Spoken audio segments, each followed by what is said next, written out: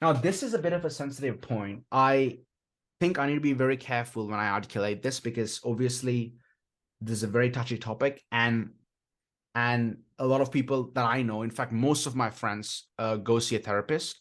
So when I do critique therapy, I need to be respectful and careful. So I'll try my best to articulate this well, right? So I wrote down a few points before the conversation just so that I don't get lost, as you know, I tend to do normally.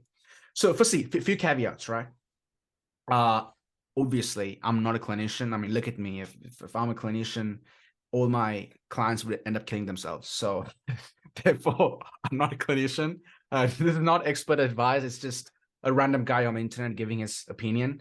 I'm just another philosophy bro online.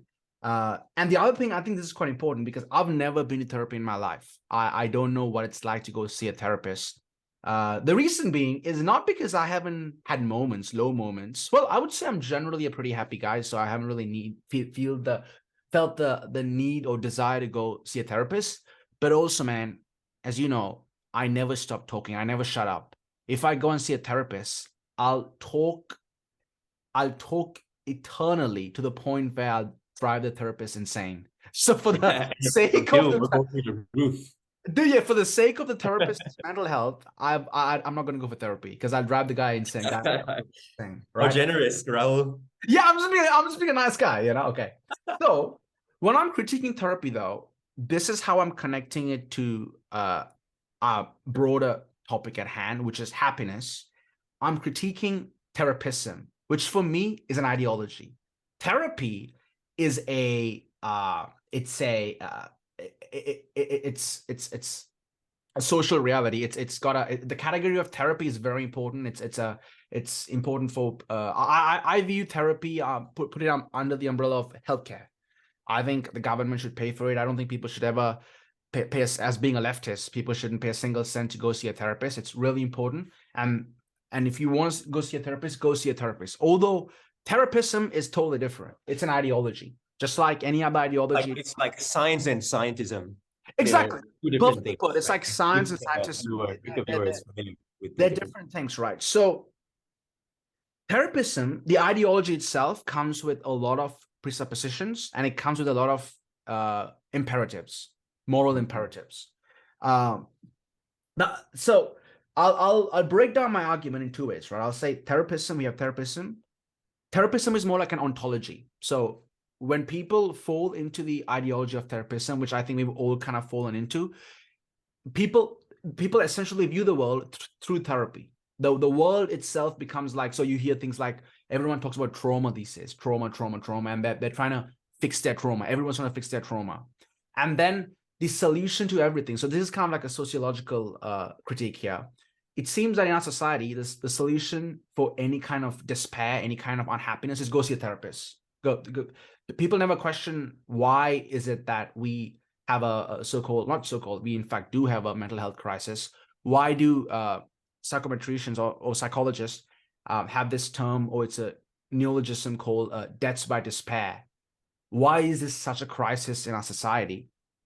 People rarely question. The answer is always go see a therapist, go and talk to your therapist about it, right? Yeah. And for me, that's a tragedy. I don't think that's how we should analyze society, by just, you know, the constant prescription is go see a therapist. And that's what I mean by therapy as an ontology. And then, of course, again, therapists speak. People talk in the terms, everyone identifies with, I've got anxiety, I've got depression, whatnot. So people's identity, it's formulated around, generally, it's depression or anxiety. And again, if you've been diagnosed with any of these things, those are real things. I'm not denying mental illness in any way. It's just, again, the ideology. I need to keep putting this caveat because it's a sensitive topic and I don't want to misspeak here.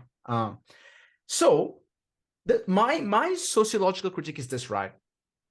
And this is, I don't think Lacan himself said this, but I watched a lecture on Lacan. Perhaps Zizek, I forget. Oh no, it was in fact a German Lacanian who spoke about hysteria. So it's psychoanalysis, in fact, started off because so-called hysterical women were sent to Freud, and that's how the whole field of psychoanalysis started off. And then in the 20th century, all these I hate the term hysterical women because it's such a misogynistic, loaded term. All these hysterical women, as the term was used, was sent to see psychoanalysts, and they were like, these women are crazy, they're hysterical, fix them, something's wrong with them. But of course, Lacan's point was the hysteric was right. The symptom of hysteria was because obviously these women were in loveless marriages. They couldn't leave their husbands because, no fault divorce wasn't a thing back in the day. They couldn't work. They had no freedom. They were just locked in their house, and they were essentially they were typical victims of patriarchy. And of course, not all women. Some people are actually hysterical, but the symptom itself doesn't just appear spontaneously. It's always connected to a social reality, which is why I like Lacan over Freud, and certainly over Jung, because Lacan, or at least Lacanians, always focus on social structures, on our sociology. So the point that this lecturer was making, and I've forgotten his name, I feel bad because it's a really good lecture on Lacan, is that, I mean, what do you expect, mate? Of course, if you're living like a slave your whole life, you would go crazy, you would be unhappy. And the way that I critique therapism with this argument is that the whole thing about therapism is that we rarely question the structures that cause these symptoms or mental illnesses, so to speak. We always just say, the problem is with the individual, go and see a therapist, go and fix yourself. My thing is, no. Yes, it could be something with the individual. We all have problems in life, certainly. But what about the structural critique? What about looking at society and seeing how can we change the structures of society where perhaps less people will have such radical destructive symptoms that leave people in anxiety or depression? And then, sorry, I'll finish the argument and I'll get to you. And then, of course, the other side of therapism are the annoying stoic bros, people who say this is perhaps even worse than telling people to go and see a therapist, because at least by telling someone to see a therapist, we're acknowledging there's something, or there's a pain, there's something wrong. But the stoic bros are, no, this is just in your head. You can't control what's going on in the world. You can't critique society. It's a very conformist slave category to be a stoic. And then, so just control what you can control. And then the worst part is you'd give them some stupid book by Ryan Holiday or some self-help book and read this and you'll feel better, right? I mean, man, off, like I want to punch people like that on the face. No, if there's something wrong with someone, you don't just tell them it's their fault. Firstly, you see, it could be both. It's not either or. It could be their fault and a structural problem. And then the second point is, okay, so the other thing is this, right? In therapism and therapy, I would also say this is a point made. I think she made a really good point. So for context, is our mutual friend, and we were talking about this on Saturday. She's brilliant, very smart person. And she said, yeah, so the way therapy helped, I wonder if I should bring up her name. It's fine. She's open about it. The way therapy helped her was that it showed her how, these things you can come to a point where you can function in society. And I think that's great. I think that's beautiful. If therapy can do that to people where they can be functional human beings, that's lovely.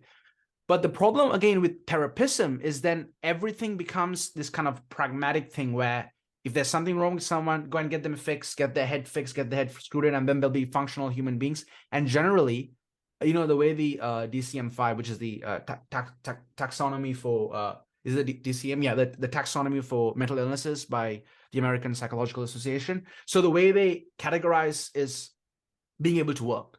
So the idea is as long as you can do a job, you're fine. Your mental health is fine. So that's what a functional human being is. And in fact, that taxonomy is a very, it's rather controversial, especially amongst psychoanalysts, because there was a time where homosexuality was considered a mental illness. There was a time where being trans was considered a mental illness. So that list is always changing and it's growing. And so therapy is a way of coping, great, but therapism, where the imperatives are, it's always you focus on the individual, that's toxic, that's pathological. It has to be critiqued. And the second point is the existential point. So my understanding is that a lot of people who see, this is a very controversial thing to say, so again, take what I say with a grain of salt. A lot of people who go and see therapists should just perhaps read Kierkegaard or Nietzsche, because it's like, Schopenhauer. Oh, Schopenhauer, because like a lot of the existentialists, the things they point out are essentially what it means to be human. And there's something rather consoling in the fact that, so Kierkegaard talks about angst or the dizziness of freedom. So anxiety isn't always something wrong with you. It's a part of our existential human condition. And that's what the existentialists find out. So my point is that in many ways, sometimes it makes sense. And I know not everyone can read Kierkegaard and Nietzsche. Not everyone's obsessed with these things the way you and I are. But sometimes what we label a mental illness or mental health problem is really just a part of being human. It's a existential reality. And which is why, obviously, Freud was a proto-psychoanalyst. Nietzsche was a proto-psychoanalyst. A lot of the ideas of Nietzsche's, Freud's unconscious, Nietzsche was already talking about that in the form of the will. So yeah, the two arguments, my God, that was a really long monologue there. But my two arguments are, the way I connect this to happiness is that it seems that the imperative of therapism, again, is as long as you're happy, you're fine. And how to be happy? Oh, go and see a therapist, talk to a therapist every day. That's really important. And then go and read self-help books.